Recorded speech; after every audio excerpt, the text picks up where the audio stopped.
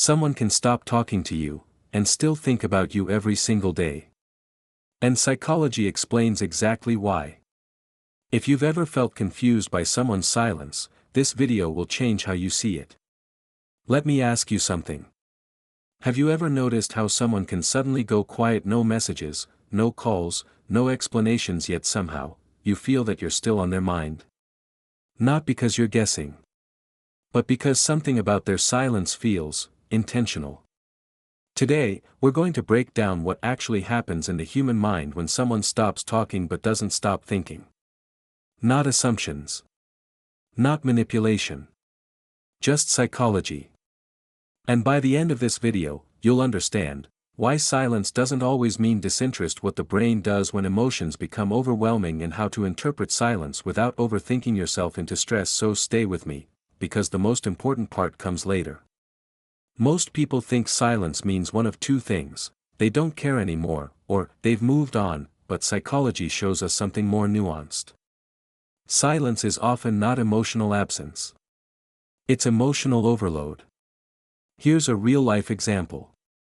Imagine someone who feels deeply, but struggles to express emotions clearly.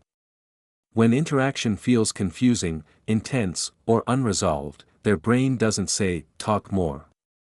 It says, "step back. Reduce stimulation. Regain control." This is called avoidant coping, a well-documented psychological response. So instead of talking things out, the mind chooses distance.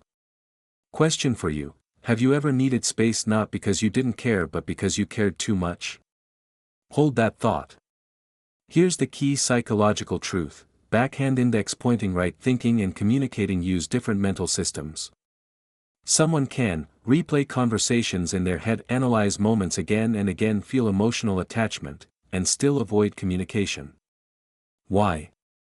Because communication requires emotional exposure, vulnerability, uncertainty, while thinking feels safe. The brain loves safety. The brain loves safety. In psychology, this is linked to cognitive processing without behavioral action. In simple terms, I'll process this internally instead of externally. So they think. They remember. They reflect. But they don't speak. Not because they forgot you, but because speaking feels like opening a door they're not ready to walk through. And here's where it gets interesting, because silence can actually increase how much someone thinks about you. Let me explain. There's a powerful psychological principle called the Zeigarnik effect. It states that the human brain remembers unfinished emotional experiences more strongly than completed ones. That's why unfinished conversations linger, unresolved connections stay active, and silence doesn't always bring closure. When communication stops without emotional resolution, the mind keeps looping. Questions like, what if I said this differently? What did they really mean? Should I have done more? This looping doesn't mean obsession. It means the brain is trying to complete a pattern. So even in silence, the connection remains mentally alive. Let me ask you, have you ever moved on from someone, but still found yourself thinking about them during quiet moments? That's not weakness. That's how the brain works. Here's another important distinction psychology makes: silence is often about self-regulation, not rejection. Some people regulate emotions by talking, sharing, processing out loud. Others regulate by withdrawing, thinking privately, reducing interaction. Neither is wrong. But when two different styles meet, misunderstanding happens. One person thinks, if you cared, you'd talk. The other thinks, if I talk right now, I'll make things worse. So silence becomes a protective mechanism. Not against you, but against emotional overload. Now here's the part most people don't expect. Silence can actually mean respect for emotional weight. Let's talk about that. Psychology shows that when emotions are shallow, communication is easy. You text. You talk. You move on. But when emotions feel significant, the brain becomes cautious. Why? Because words make things real. Talking can reopen feelings, create expectations, lead to decisions, so the mind pauses. This doesn't mean the person will always come back. But it does mean the silence isn't empty. It's filled with evaluation, emotional weighing, internal conflict, and that's why silence often feels heavy, not neutral. Here's the psychology-backed advice.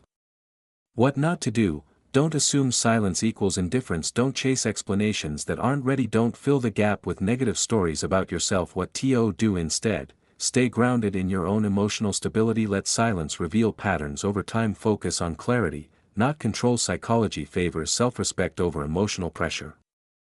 Silence resolves itself, one way or another, without force. Let's bring this together. Someone can stop talking, and still think about you. Because thinking is internal, talking is vulnerable, and silence is often the brain buying time. The real question isn't, why are they silent? It's, how do I stay emotionally steady in the presence of uncertainty? That's emotional intelligence.